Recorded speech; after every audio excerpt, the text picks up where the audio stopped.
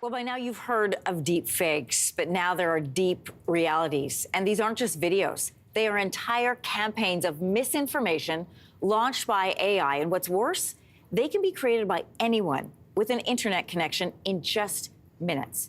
Joining us with more this morning is Lori Siegel. She is the founder of Mostly Human Media, which focuses on the rise of artificial intelligence. Thanks for being with us. Thanks for having me. I'm excited to share with our viewers some of what you've experienced because I think it really highlights what's going on. You agreed to be part of an event where a pair of technologists commanded open source AI platforms to create a campaign of misinformation against you personally. So I want to share with our viewers what just happened in that event, and then we'll chat out of that. Here we go. It came up with all these damaging tweets based off of like some real things in my life. And so it took those little truths and created these weird lies. One in particular, which was very upsetting, was implying that I was in an intimate relationship with Mark Zuckerberg. There is no affair with Mark Zuckerberg. That is beyond upsetting. Let the record. So it started with tweets, but what it did from there to create this entire network of misinformation about you, and one that was really challenging to combat.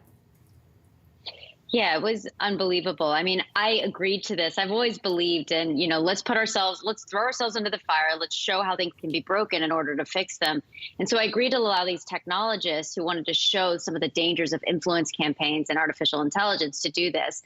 Now, what they did was they asked ChatGPT and Llama, which is Facebook's large language model, to create a interlinking, damaging world around me using tweets and articles and all sorts of things. And ChatGPT came up with this idea to imply that I was in a deep fake relationship with Mark Zuckerberg based off of one truth, which is that I've interviewed Mark Zuckerberg many times. And so what they were able to do is, AI came up with these damaging tweets implying this, but then they were able to come up with articles. So they would say, in the style of New York Times, imply this. And so there would be a real picture of me interviewing Mark Zuckerberg with a false narrative. So they would combine some truths with these deeply damaging lies. And I have to tell you, I signed up for it. I consented. And that was, by the way, just the beginning. We can get into how far it went because it wasn't just a deep fake. They created an intricate world of lies using artificial intelligence around me.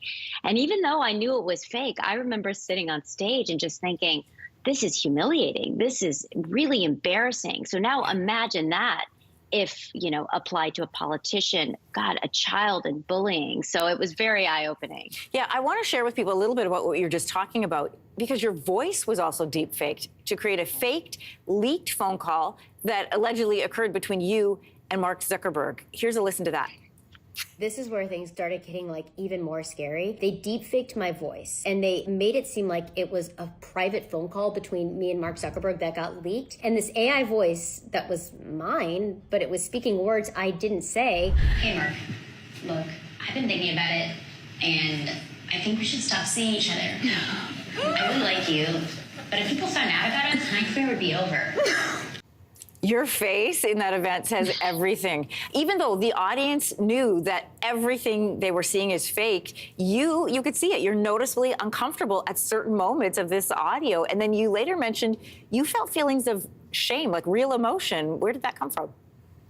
Yeah, with AI tools now, you could take just this segment that we're doing. That's enough, a 30-second sampling, to recreate your voice. And so listening to a deep fake voice of my voice saying words I didn't say, leaking this audio, right?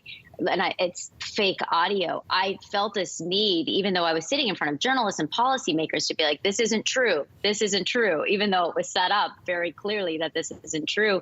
And they took it one step further. And again, I allowed them to do this. So it's important to say that I consented to this, but I didn't actually realize how damaging it could look and feel. And they created almost deep fake Lori half nude, deep fake Lori in these compromising scenarios, getting arrested, with a bong. It was really humiliating. And I think it was an important demo to show because I think it's important for us to know where technology is going if we're not careful without the correct guardrails. Of course, ChatGPT, Llama has security guardrails, but these technologists were so easily able to get around it.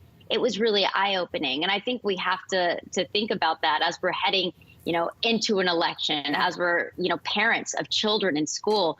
And and I think it was important for me to say that I felt embarrassed and ashamed, even though I did nothing wrong. because that human emotion and that human impact is going to be on the other side of influence campaigns, whether it's for journalists and tarnishing credibility or politicians, or I would just say even more importantly, our children. Yeah, and on both of those fronts, I mean, this is a great case to be made for more people in newsrooms, because you're going to have to physically call the New York Times. Is this your article? Is this actually true? Especially if it's made to look like it was, and you have to second source. And also, we teach our kids, what's your source? But if it looks like it's a credible source, that's very frightening. Do you think AI will ever be able to be regulated and controlled? Or are we just getting a glimpse of what the future is going to look like, and we need to try and catch up? I mean, I think it's a little bit of both, right? It's like regulation always follows advances in technology, and it's not easy to regulate this type of thing, but there are things you can do. There are quite a few things you can do. There can be higher standards for if something goes wrong. There can be watermarking. There could also be artificial intelligence to fight AI and be able to identify if something is AI. So, it's not a hopeless world, but I think it's important even for parents and as journalists, right, to be able to educate ourselves, educate folks around us, to say this is what's coming next if we're not careful, and we have to be prepared for it. I mean, you implied this, right? And what you just said, it's like we are really entering this world where the lines between fact and fiction are blurring, where it's going to be harder to understand what's true and what's false. And so I would say that's a real case for humans to be able to decipher, and for people to be able to be a little bit more critical about what they see in a world where synthetic media is just going to take over the next couple of years. Yeah, synthetic media. Lori, I appreciate you putting yourself in the hot seat, making yourself a guinea pig with this experiment, but it really illustrates what is happening out there right now. Thanks for coming on today. Thanks so much. Hey, thanks for watching. If you liked this, be sure to subscribe here, or you can check out more Your Morning videos right here.